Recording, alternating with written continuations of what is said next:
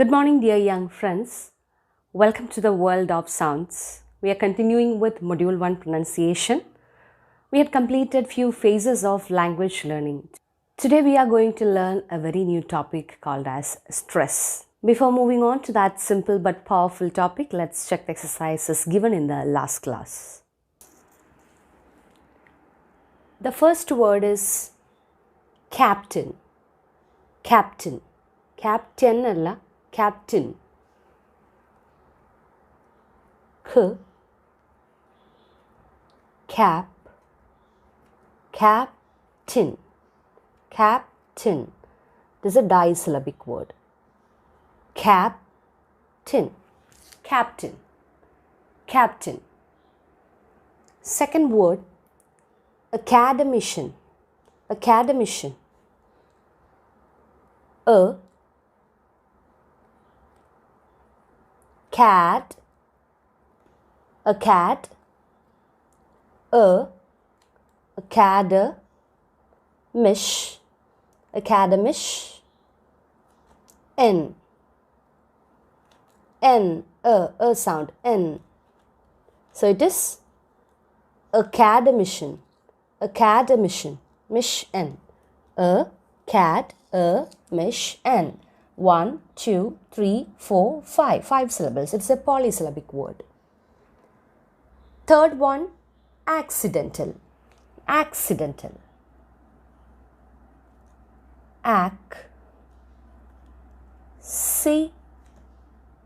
Accidental. Dental. Accidental. Accident. 1, 2, 3, 4. 4 syllables. Again, polysyllabic word. Accidental. Fourth one, photographer. Photographer. Photographer alla. Photog.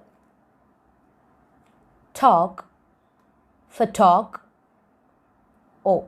It's O. Photographer.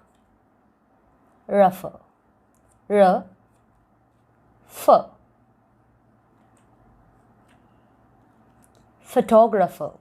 Photographer. Photographer.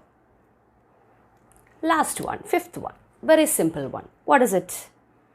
Skip.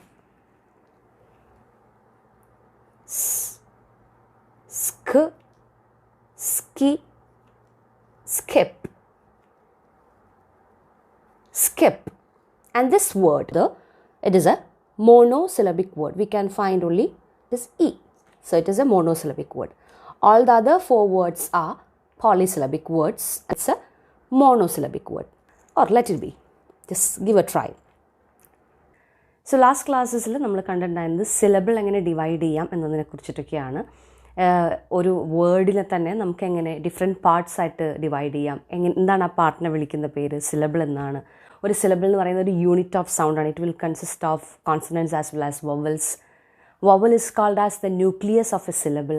whereas consonants can stand alone, vowels can stand alone എന്നൊക്കെയുള്ള കുറേ കാര്യങ്ങൾ നമ്മളവിടെ കണ്ടിരുന്നു. We are moving on to the next phase of learning. അതായത് ലാംഗ്വേജിൻ്റെ different levels നമ്മൾ analyse ചെയ്യുകയാണെങ്കിൽ we had learned the basic level called as phonemic or phonemesമായി ബന്ധപ്പെടുന്ന level നമ്മൾ കംപ്ലീറ്റ് ചെയ്തു. Phonemes means sounds. ഇപ്പോൾ ശബ്ദങ്ങൾ എന്തൊക്കെയാണെന്ന് നമുക്ക് പറയാം. ഒരു വാക്ക് കണ്ടു കഴിയുമ്പോൾ ആ വാക്കിൽ എന്തൊക്കെ ശബ്ദങ്ങൾ വരും എന്നുള്ളത് നമുക്ക് വ്യക്തമായിട്ട് അറിയാം. പണ്ട് ഏതൊക്കെ ലെറ്റേഴ്സ് വരും എന്നുള്ളത്, ആൽഫബറ്റ്സ് വരും എന്നുള്ള ധാരണ മാത്രമാണ് ഉണ്ടായിരുന്നതെങ്കിൽ now we know that which are the sounds that are hidden in these alphabets and all that.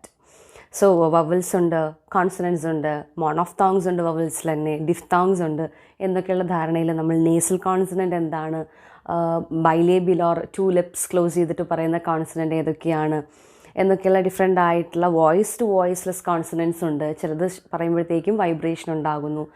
And when we actuation so they are unvoiced or voiceless consonants. So we had come across that phonemic level. ഏറ്റവും base ആയിട്ടുള്ള, ഏറ്റവും ലാംഗ്വേജിനെ സംബന്ധിച്ചിടത്തോളം, English ലാംഗ്വേജിനെ സംബന്ധിച്ചിടത്തോളം ഏറ്റവും basic ആയിട്ടുള്ള sound called as syllable division. We know how to divide one and we know that one word can be divided into different parts. And അങ്ങനെ divide ചെയ്യാൻ പറ്റാത്ത വാക്കുകളുണ്ട്. And on which basis, based on the number of vowels in that word എന്നുള്ളത് നമ്മൾ കണ്ടു കഴിഞ്ഞു. അപ്പോൾ sounds എങ്ങനെയാണ്, സൗണ്ട്സ് ചേർന്നുണ്ടാകുന്ന സിലബിൾസ് ചേർന്നുണ്ടാകുന്ന വേർഡ്സ്, അത്രയും കാര്യങ്ങൾ നമ്മൾ കണ്ടെത്തി കഴിഞ്ഞു. സോ ലാംഗ്വേജ് ലേണിങ്ങിലെ ഒരു ചെറിയ പ്ലാറ്റ്ഫോമിൽ നമ്മൾ ഓർ ആഫ്റ്റർ ലേണിംഗ് സ്ട്രെസ്, പിന്നെയും ലേണിംഗ് ഇങ്ങനെ പോയിക്കൊണ്ടിരിക്കുന്നുണ്ട്, പടികൾ ഇനിയും കയറാനുണ്ട്. ബട്ട് ബേസിക്കായിട്ട് നിങ്ങളുടെ ഈ ഒരു പേപ്പറിനെ സംബന്ധിച്ചിടത്തോളമുള്ള ജനറൽ ഇംഗ്ലീഷിൻ്റെതായിട്ടുള്ള രീതിയിൽ നോക്കുമ്പോൾ ഒരു ചെറിയ പ്ലാറ്റ്ഫോമിൽ നമ്മൾ എത്തുകയാണ്. പിന്നെ കുറച്ച് കാര്യങ്ങൾ, പ്രധാനപ്പെട്ട കാര്യങ്ങൾ ഡിസ്കസ് ചെയ്യണമെന്നുള്ളതാണ് ഈ ചാപ്റ്ററിൻ്റെ ബാക്കി ഭാഗങ്ങൾ നമ്മൾ കാണുന്നത്. സോ ഒരു ന്യൂ തിങ് ലേണിങ്ങിൽ നിങ്ങൾ ഇപ്പോൾ എത്തി നിൽക്കാൻ പോകുന്ന ആസ്പെക്റ്റ് എന്ന് പറയുന്നത് സ്ട്രെസ്സാണ്. So what is this stress? In Malayalam, when we utter a word, when we pronounce a word, we'll give equal stress to each and every sound in it. Parava, Amma, Achan, Neendi, Kulam, Kadal. അല്ലേ? അപ്പോൾ ഏതൊക്കെ words ഉണ്ടോ ആ വേർഡ്സിനൊക്കെ equal importance ആണ് കൊടുക്കുന്നത്. Whereas in English, just think about watching an English movie without any subtitles. So അവിടെ ചില വാക്കുകൾ ഇങ്ങനെ എന്തൊക്കെയോ നമ്മൾ കളിയാക്കിയിട്ടൊക്കെ പറയാറുണ്ട്, ശ്വാ പോലെ കേൾക്കണമെന്നൊക്കെ പറയാറുണ്ട്. സോ ഇതിൻ്റെ സബ് ടൈറ്റിൽസോട് കൂടെ കാണുമ്പോഴാണ് okay, this word, this man had അട്ടഡ് ദിസ് വേർഡ്. നമുക്ക് വളരെ അറിയാവുന്നൊരു വാക്കാണ്, പക്ഷെ നമുക്ക് അറിയാൻ വയ്യാത്ത രീതിയിൽ അദ്ദേഹം അട്ടർ ചെയ്തിട്ടുണ്ടായിരിക്കുക. അപ്പോൾ ഇംഗ്ലീഷ് ഭാഷയുടെ ഒരു പ്രത്യേകത കൂടിയിട്ടാണത്. എഴുതിയിരിക്കുന്ന എല്ലാ സിലബിൾസും, syllable means unit of sound, എല്ലാ സിലബിൾസും, ഇപ്പോൾ മോണോസിലബിക് വേർഡ് ആണെങ്കിൽ അതിലത്തെ എല്ലാ സൗണ്ട്സും ഈക്വലി അല്ല സ്ട്രെസ് ചെയ്യുന്നത്. നേരത്തെ പറഞ്ഞതുപോലെ പറവ എന്ന് പറയുമ്പോൾ പായ്ക്കും റായ്ക്കും വായിക്കും ഒരുപോലെ തന്നെ stress in Malayalam will give equal stress to all these sounds. But in English not all sounds or not all syllables are uttered with equal stress. Some are given more emphasis than the other. ചില സിലബിൾസിന്, ചില ശബ്ദങ്ങൾക്ക് ഒരു വാക്കിലെ തന്നെ ചില ശബ്ദങ്ങൾ മുഴച്ചു നിൽക്കുന്നു, ചില ശബ്ദങ്ങളെ പ്രത്യേകമായിട്ട് ഊന്നിപ്പറയുന്നു. There is A force, there is A stress given to certain syllables or certain words, certain sounds in a particular word. ഇത് ഇംഗ്ലീഷ് ഭാഷയുടെ തന്നെ ഒരു സെൻറ്റൻസിലേക്ക് വരുമ്പോഴും ഒരു സെൻറ്റൻസിലെ എല്ലാ വേർഡ്സും ഈക്വലി സ്ട്രെസ്ഡ് ആയിരിക്കില്ല. For example, I love you എന്നുള്ളൊരു വേർഡിനെ തന്നെ പല രീതിയിൽ നമുക്ക് പറയാനായിട്ട് സാധിക്കും. I love you, so the stress is given to I. ഞാനാണ് നിന്നെ സ്നേഹിക്കുന്നത്. ഐ ലവ് യു, ഞാൻ നിന്നെ സ്നേഹിക്കുകയാണ് ചെയ്യുന്നത്, ഇഷ്ടപ്പെടുകയല്ല, ലൈക്കല്ല, ലവ് ആണ്. I love you, which means that you is given importance, not others, വേറെ ആരെയല്ല, നിന്നെയാണ്. അപ്പോൾ ഇവിടെ ഒരു സെൻറ്റൻസിൽ ഈ സ്ട്രെസ്സ് കിടക്കുന്നത് അത് ആളുടെ മനസ്സിലുള്ള കാര്യം കൺവേ ചെയ്യുമ്പോൾ അതിനനുസരിച്ച് സ്ട്രെസ്സ് മാറാം. ഒരു സെൻറ്റൻസിൽ ഐ ലവ് യു എന്ന് പറയുന്ന, it's very simple sentence, I love U എന്ന് പറയുന്ന ആ ഒരു സെൻറ്റൻസിൽ ഓരോ വാക്കിനും സ്ട്രെസ്സ് മാറുന്നതിനനുസരിച്ച് അതിൻ്റെ ഇംപ്ലിക്കേഷൻ മാറും. സ്പീക്കർ എന്താണോ ഉദ്ദേശിച്ചത്, എന്നെ ഇഷ്ടപ്പെടുന്നു എന്നുള്ളതാണോ, എന്നെ ഇഷ്ടപ്പെടുകയാണെന്നുള്ളതാണോ, ഞാൻ ഇഷ്ടപ്പെടുകയാണോ, അതോ വേറെ ആരെങ്കിലും ആണോ എന്നൊക്കെ ഉള്ളതിൽ അവിടെ ഇംപ്ലിക്കേഷൻസ് വരും. ഇതുപോലെ തന്നെയാണ് നമ്മൾ പറഞ്ഞുകൊണ്ടിരിക്കുന്ന വേർഡ് സ്ട്രെസ്സിൻ്റെ കാര്യവും. Or word accent. ആക്സെൻ്റ് എന്ന് പറയുമ്പോൾ പല ഭാഷയുടെ ശൈലി എന്ന രീതിയിൽ നമുക്ക് കാണാൻ പറ്റും. British accent, American accent and all that. But word accent means word stress. നമ്മളിപ്പോൾ കാണാൻ പോകുന്ന ഈ ഒരു പ്രത്യേകമായിട്ടുള്ള feature in language. So what is stress? As per your text book, stress is defined as varying degree of emphasis or force with which sounds are produced. Sounds produce ചെയ്യുമ്പോൾ അതിന് കൊടുക്കുന്ന varying degree of emphasis, not equal degree of emphasis, not equal force. They are not equally stressed. Some are given more importance, more prominence, more emphasis than the other sounds in that particular word.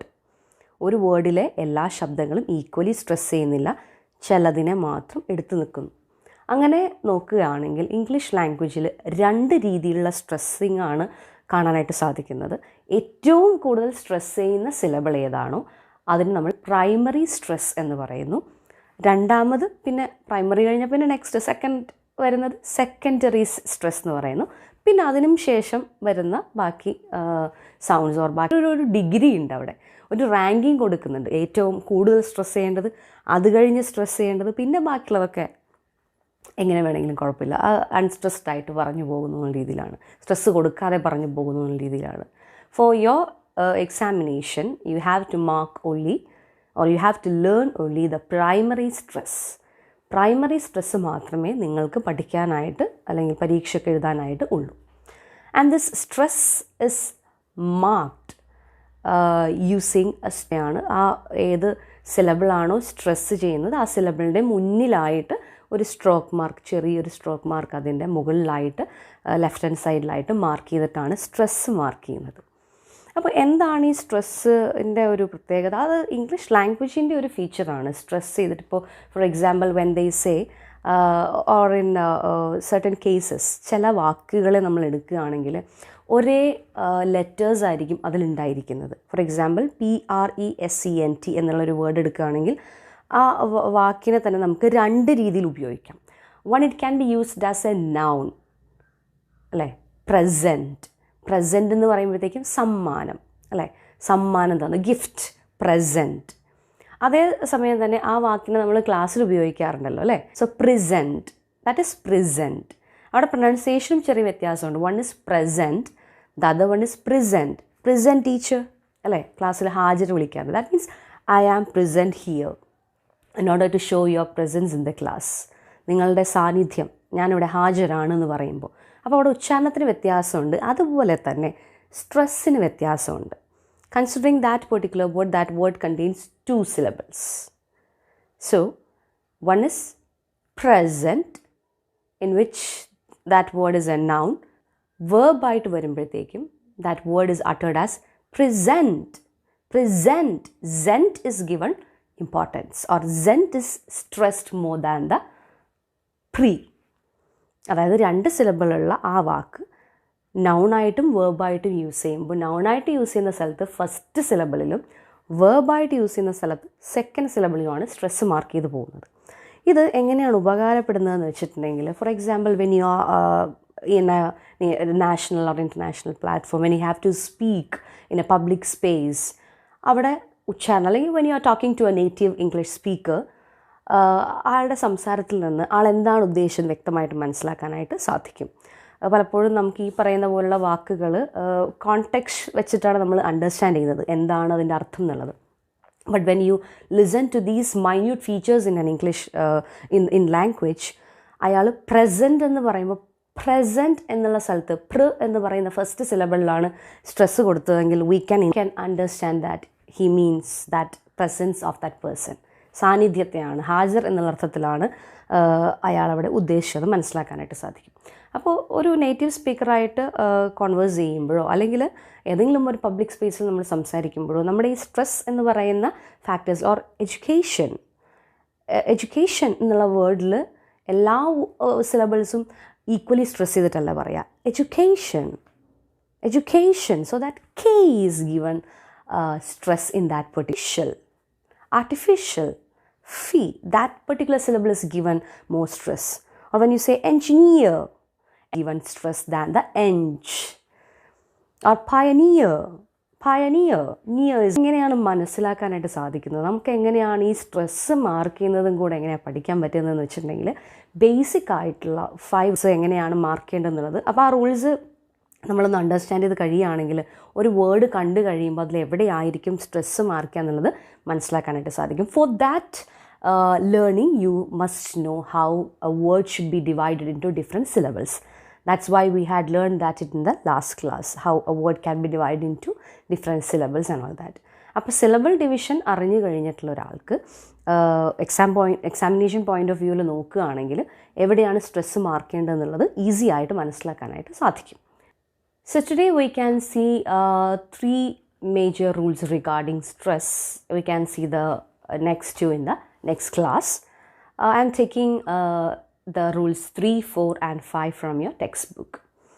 So that is words ending in ION.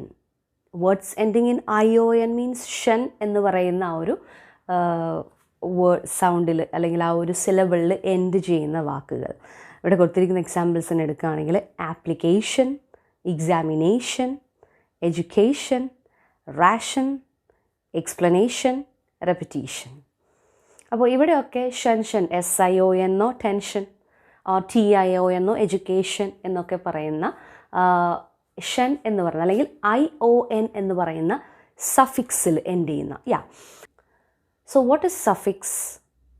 Suffix means the word part that is added at the end of a word. So we must know what a prefix is.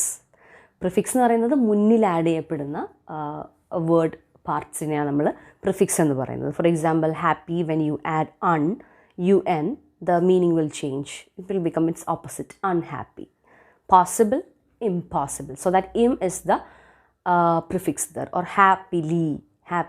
Happy is the basic word, and that ILY is the suffix. So affixation രണ്ട് ഭാഗങ്ങൾ, പ്രിഫിക്സും സഫിക്സും. Prefix prepaid മുന്നിൽ വയ്ക്കുന്നത്, suffix പിന്നിൽ വയ്ക്കുന്നത്. അപ്പോൾ അങ്ങനെ സഫിക്സും പ്രിഫിക്സും എന്താണെന്നുള്ളൊരു ധാരണയിൽ നമ്മൾ ഈ റൂൾസിലേക്ക് കടക്കുകയാണ്. സോ IO എന്ന് പറയുന്നത് സഫിക്സ് ആണ് അല്ലേ, ബാക്കിൽ ആഡ് ചെയ്തിട്ടുള്ളതാണ്. So application, examination, education, ration, explanation എന്നീ പറയുന്ന വാക്കുകളിൽ words ending in ION, stress is marked on the penultimate syllable. Penultimate syllable means അവസാനത്തെ syllable-ന്റെ തൊട്ട് മുന്നത്തെ syllable. So the first rule of stress, or the first rule we had studied today, that is words ending in ION. So words ending in ION, stress should be marked on the penultimate syllable. For that we have to transcribe the word, we must know how to divide the word into syllables, and then only we can mark the stress. So the first word, that is application.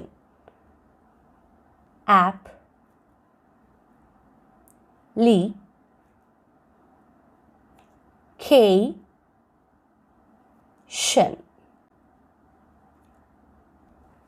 Application.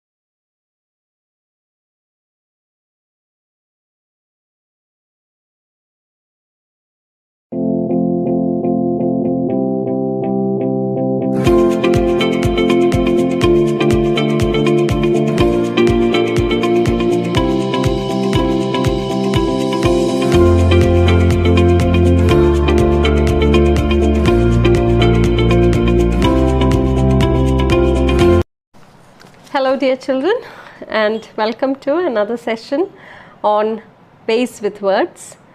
Today we'll start with the romantic poet John Keats. We discussed, or we studied Sonnet 29 by William Shakespeare.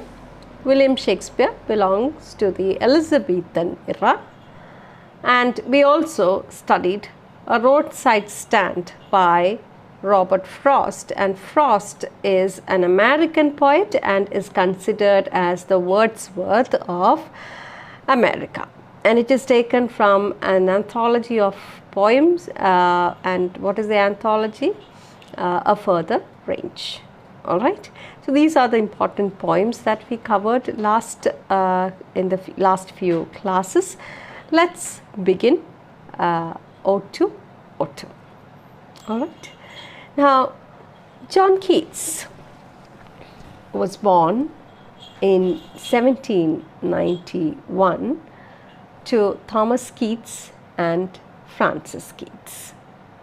His father was a stable keeper, that is, he managed the livery stables of his father-in-law in Moorsfield, and it is in fact, his life is in fact a tragedy.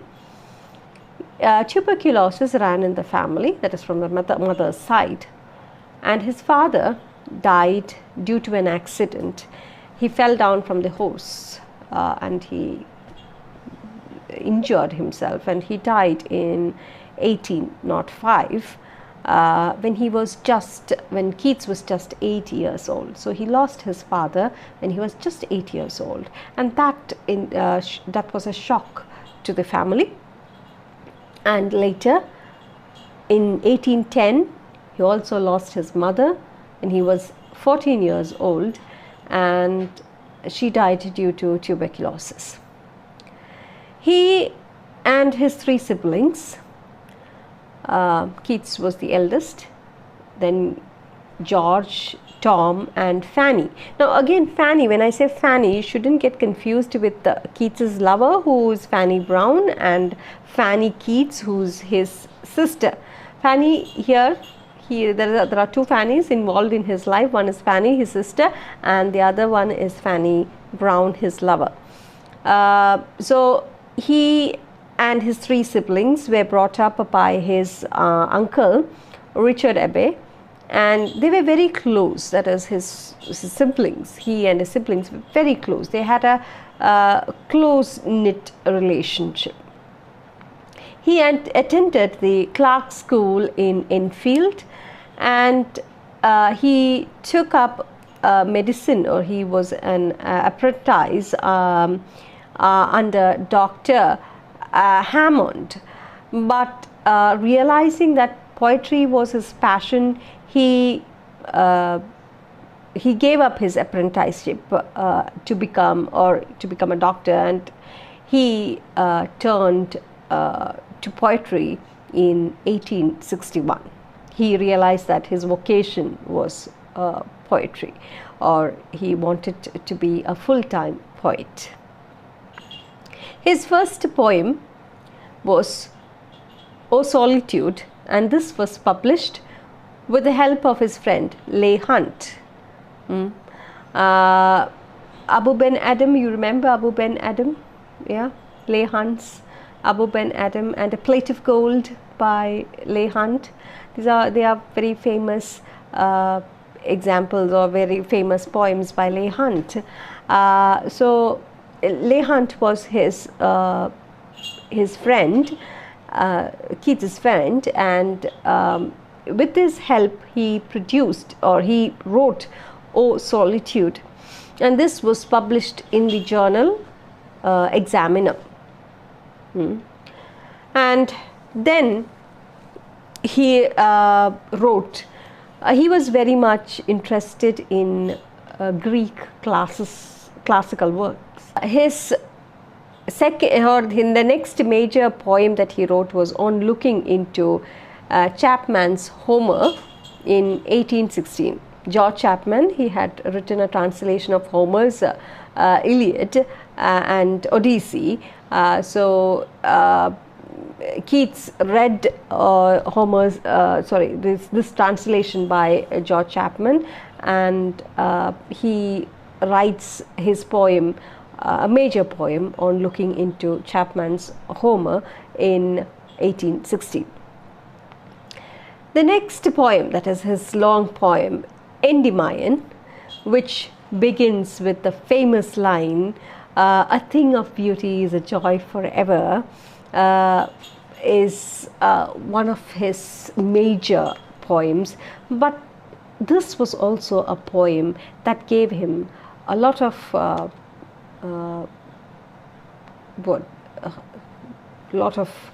bitter, or he was bitterly attacked by the critics of the day. Now we shall be discussing as to why they attacked him. It was not his fault, or it was not anything to do with this beautiful poem. It was only because Keats's writing, as well as Leigh Hunt and also Hazlitt and all, their writings were far beyond or far advanced than the age of, or than their age, that contemporary period. And therefore these conservative people, these conservative poets, they could not acknowledge and appreciate the language, and therefore they felt that these the poem that was written, Endymion, the language that was used by Keats and all, as they bitterly criticized Keats. Now it was political as well as literary rivalry as well as political rivalry. There was literary as well as political rivalry, because Leigh Hunt, Keats as well as Hazlitt, they all came from the labor class background or the working class background, and the conservatives, they were not able to withstand, or they bitterly criticized them because they were not from the upper class. One. Another thing, they did not attend colleges, important colleges like Eton and Oxbridge, or those colleges, important colleges or big famous colleges, and therefore they made fun of them, and several reviews were published making fun of Keats's Endymion. Was published in Blackwood magazine as well as Quarterly. These two magazines attacked Keats bitterly. In fact, this is also responsible. It's very important, because this attack, Keats never could come out of this attack, or never recovered from this attack, and this was one reason that aggrieved his untimely, or led to his untimely death. Keats met his lover Fanny Brown for the first time in August in 1818. Now there was another lover, he loved Isabella, but then when he went to Isabella's house, he fell in love with Fanny Brown, who was his who was Isabella's neighbor. So there he falls head over heels for Fanny Brown, and this year, that is 1818, was in fact one of the most important, not 1818, 1819 is considered one of the most important or memorable year of Keats. It is the annus mirabilis of Keats's career. Annus mirabilis means the most memorable year of Keats's career.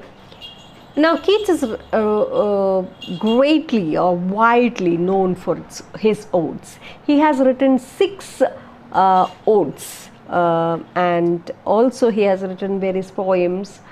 You have the Eve of Saint Agnes, you have Eve of Saint Mark, La Belle Dame Sans Mercy, which you will be studying in the next semester. He also wrote Lamia 1 and 2. His sonnets are also very, very popular and very famous. He has written both Petrarchan as well as Shakespearean sonnets. Now his odes. Now I am going to tell you, or I would like to tell you about his odes, his 6 odes, before we move on to Ode to Autumn, because they are all very important. In the sense, you will get to understand his nature, his style of writing only if you have an understanding of his odes. So his 6 odes, they were written in 1819. As I told you, a year that showed his poetic development and productivity. It was ode on, the odes are ode on indolence, ode on a Grecian urn, ode to Psyche, ode to Nightingale, ode to autumn, and ode to melancholy. Now there is no clear order in which they were written. Some were considered earlier odes and some were considered later odes. Definitely Ode to Autumn is considered a later ode. He has also, as I told you, written sonnets, and like for instance Fame and Why Did I Laugh Tonight. They are all very famous sonnets. In fact, they rank the best in English, and As I told you, he has written, or he has used both Petrarchan style of writing as well as Shakespearean sonnet. He has written both Petrarchan sonnet as well as Shakespearean sonnet. But the later half of this 1819 was not a very happy one. The first half was happy, but the later half of 1819, or the second half of 1819, it was a very unhappy period for Keats, because one thing he lost, or he was not able, it's his unrequited love, because he was suffering from tuberculosis. He came to know that it runs in the family and there's no escape from it. And another thing, he was not able to marry Fanny Brown because of financial difficulties.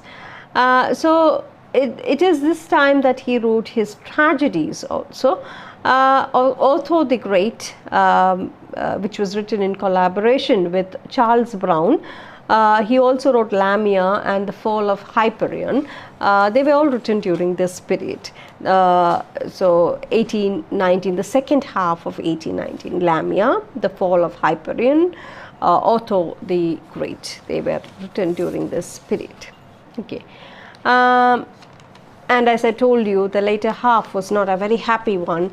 He soon realized that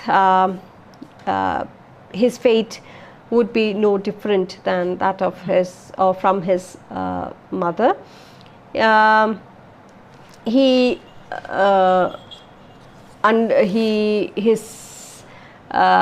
is also said that, it is not said, he nursed, his brother fell ill and he was suffering from tuberculosis. His brother Tom, he suffered from tuberculosis, and the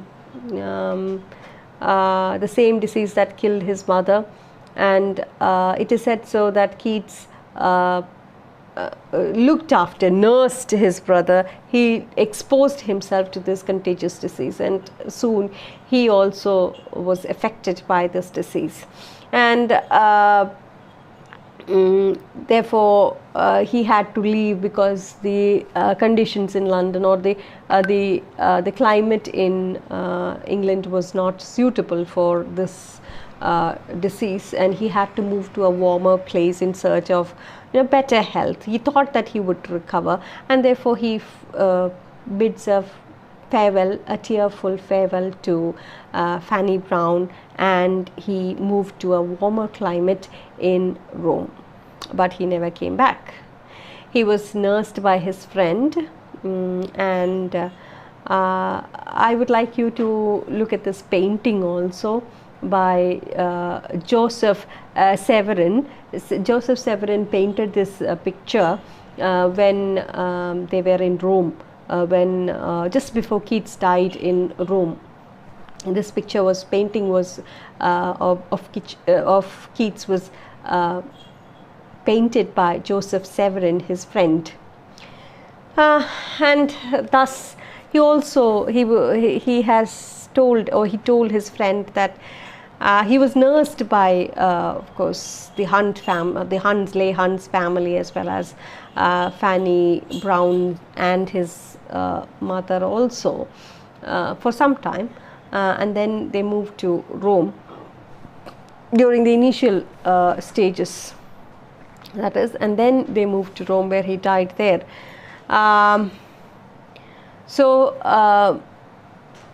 He also asked his friend that to engrave the phrase on his tombstone, and that was, "Here lies the man who writ his name in water," because Keats's poems were never recognized during his lifetime. It was only after his death, after years after his death, that his poems were recognized and appreciated. Okay, so they are the these are the important things that you ought to know about Keats. He died in Rome in February 1821. He died very young. He was only 26. when he died, and 1 year after Shelley, his friend Shelley also died. His friend Shelley, I wouldn't say his friend Shelley, because Keats always maintained a distance from Shelley, because Shelley was a senior poet and Shelley was a domineering character. So Keats always tried to maintain a distance from Shelley, but Shelley was very much, he liked Keats a lot. Let's look at the odes one by one, and then we will get to the poem. Now, the great odes of Keats. Let's first start. They were all written, I told you, 1819. It was the most productive year of Keats. He wrote a lot of poems during that time. It shows his poetic productivity as well as creativity, and it can be considered as the annus mirabilis of his time, of his career, the memorable year of his career. So, Ode to Psyche was an important poem because there was a departure from Keats's early style of writing.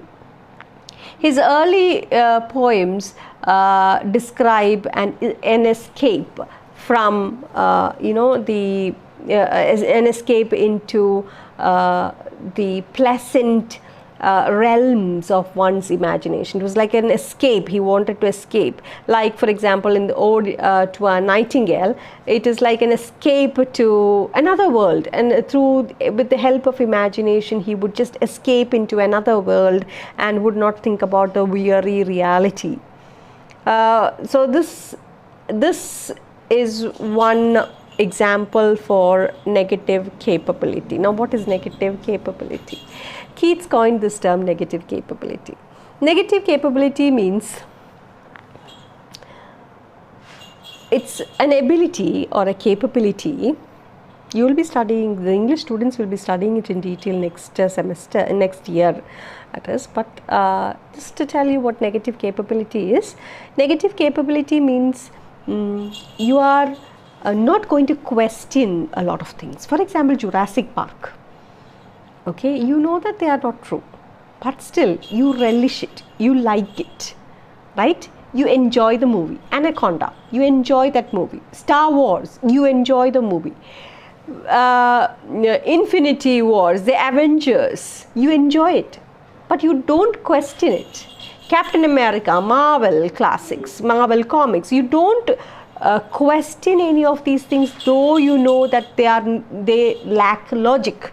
You relish it, you accept it, and that is because of your ability or your negative capability. It's not a negative term. Negative capability means you are allowing imagination to take over than allowing the reason or logic to take over. You don't say, how can this happen? In Avengers, you are in the middle of the movie, you stand up, what type of movie is this? How can this happen? It is nonsense. How can Captain America do all these things? Or how can Hulk, how can this man turn into a Hulk? Right? Where is Thor? Right?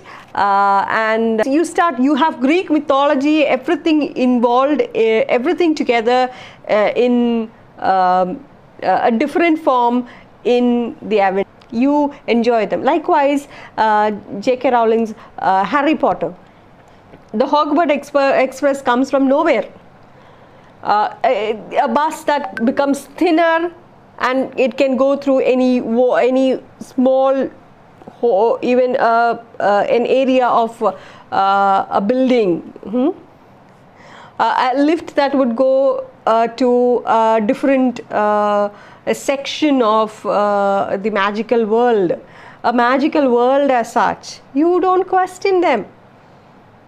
That is because of negative capability. Another term that was coined by somewhat similar to this is willing suspension of disbelief by S.T. Coleridge. S.T. Coleridge, you have studied that. You have studied poems by S.T. Coleridge in your 9th standard or your 10th standard. Ancient Mariner, water, water everywhere, not a drop to drink. Yes. So Ancient Mariner, willing suspension of disbelief. So what are you doing? You are willingly suspending your disbelief. What is disbelief? What do you mean by disbelief? Disbelief. What is belief? You believe things which are true. You believe things which are logical, which have facts. Fact the logical truth believe. Whereas you are in an imagination, you are willingly, purposefully, knowingly suspending your disbelief. Why you disbelieve something? You disbelieve something when it is not true. Right? So what do you mean by disbelieving something? Disbelieving means no, I can't believe it.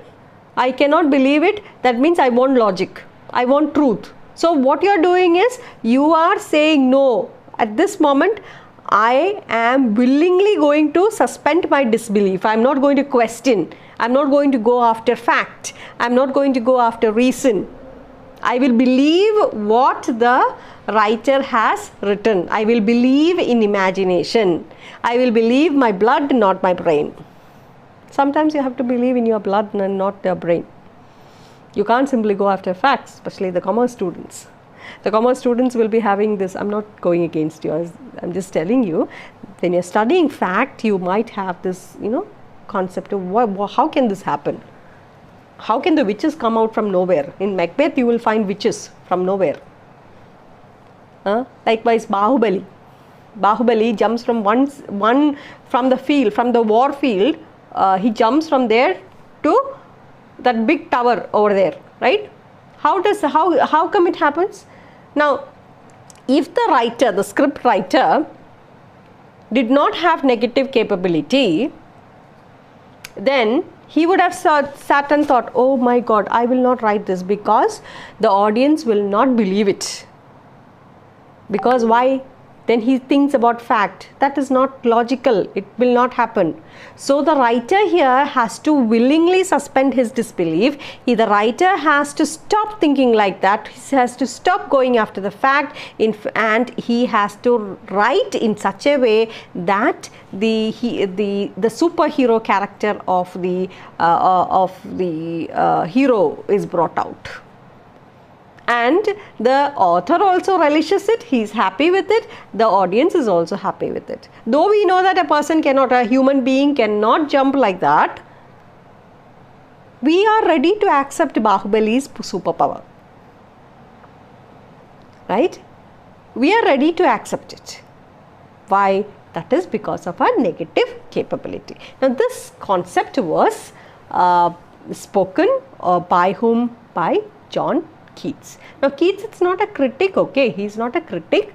He has written this concept, all these ideas and concepts to his brothers in a letter. Keats is famous for his letters. He is not a critic, remember that, okay. He is not a critic. When you come to criticism theories and all, don't think that Keats is a critic. Keats is just a poet.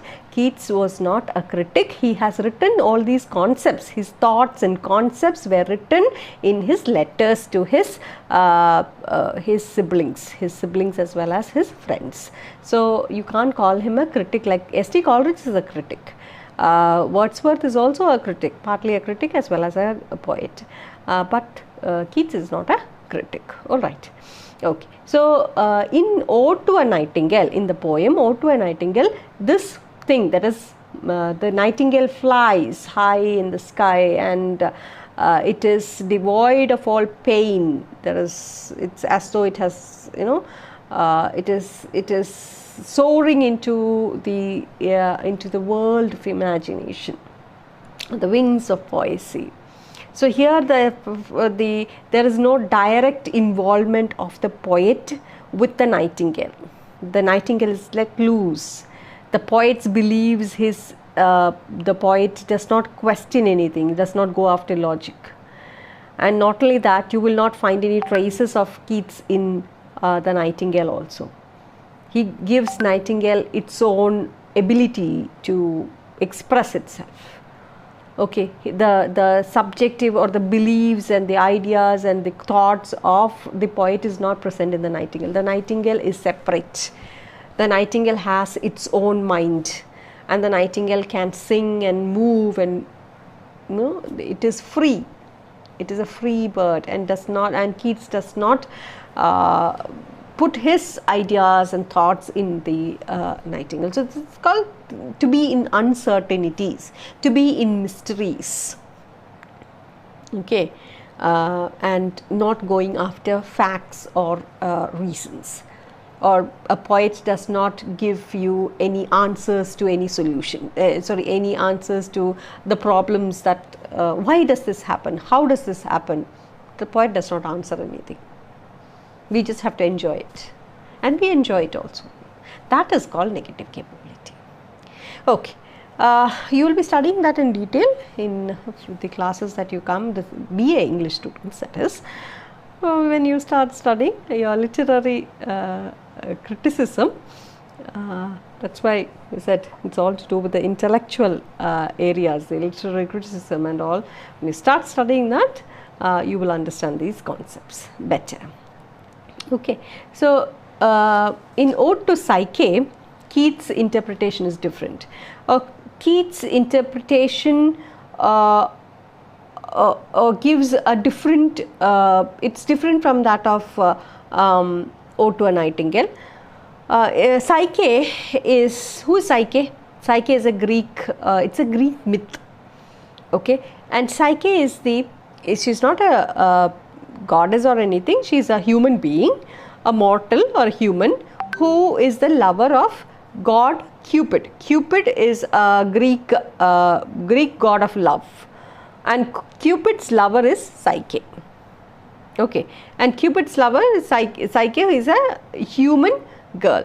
So here Ode to Psyche is Keats' interpretation of the myth of Cupid and Psyche.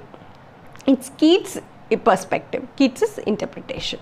So that is different from different from that of Keats' earlier poems like that you find in Ode to a Nightingale. So it's more subjective. Ode to Psyche is more subjective. It's his interpretation. Then you have Ode on a Grecian Urn. Ode on a Grecian Urn, he describes a storied urn. An urn. What is an urn? Where ashes are kept. The burnt ashes of the dead person are kept. So Keats describes a Grecian urn, a storied urn, and there are carvings in the urn. There are paintings or carvings on it, and these carvings it depicts few pictures, and one is that of a piper. He is eternally piping. He's piping forever. It's a picture, and he is piping, and therefore in the picture he will remain always piping, and he's piping to pursue his beloved. He's attracting his beloved, and forever and ever eternally he will go on piping, and he will go on pursuing his beloved. And also there is no fulfillment. This piper, he will never, or the shepherd, he will never fulfill his love. He will never get it fulfilled, because he is not a human. He is a painting. He's carved onto the urn, and therefore there is no fulfillment. And he is depicted as art. There is another picture also in that, and that is that of a villager taking a heifer or a calf, a calf, to perform a sacrifice. So if all the villagers are going to attend the sacrifice, then the village must be deserted. It will remain deserted forever, eternally. And also the calf is only going to be taken, and it's not going to be sacrificed. So the calf will not, is always on the verge of life and death, and it will remain like that. And so Keats, he saw this Grecian urn in a museum, and he was musing over it, and thus he wrote this poem, Ode on a Grecian urn. And this technique, there is a technique used here. Like for instance, see, poem, he's writing a poem, right? And what is he writing about? He's writing about art or a painting, sculpting, അതേപോലെ തന്നെ അതിൻ്റെ ആ പെയിൻറ്റിങ്ങും കൂടിയാണ്. അപ്പോൾ and one art is describing another art. Which art? Poetry is an art. It is describing another art, and this kind of technique is known as ekphrasis. Ekphrasis means a description of one art in another. A work of art about another work of art in a different medium. Now, poetry is a different medium. You are writing poetry. It's a different medium, right? Whereas painting is another medium. The medium used is different. So, one work of art is speaking or describing another work of art of a different medium. This technique is referred to as ekphrasis. Okay, another one, another ode is Ode on Indolence. Now, Ode on Indolence is again a break from his classical, or from the structure of classical form. He was very much into classical form, but he was a romantic poet. Remember, he was into classical means his writing, some of his classical, the structure that he wrote was classical form. He was of course, though he belonged to the romantic period, the period very much earlier to it was the neoclassical period, and the structure that he used was the classical form. But then again, it was a break from that structural form, and the poem is about a moment spent in idleness, laziness. And there are three figures presented: ambition, love, and poetry or poesy. These three are personified. They are given human-like features. And he realizes that he cannot have all the three of them together in his life. That is, he cannot have ambition and love and poetry all together, or the art of writing poetry or poesy all together. All right. So that's Ode on Indolence. Another one is Ode on Melancholy. Ode on Melancholy is a poem that is like how to cope with sorrow, or how to cope with depression or sadness. Here also he has used personification. This is a poem where the poet does not appear anywhere. In the other poems and all, there is a poet, the narrator or the poet is watching, but here in this poem, the poet does not appear at all. There is you will not be able to find the poet anywhere here. So, in the other poems, most of other poems, you will find Keats, or you will find the poet appears. But here, in this poem, that is Ode on Melancholy, it's how to cope with depression or sadness, and the poet does not. That's one peculiarity of this poem. And then you have Ode to a Nightingale. I told you about Ode to a Nightingale. The poem presents a conflict between reality and romantic ideal of unifying with nature, and I told you that this is based on his idea of negative capability.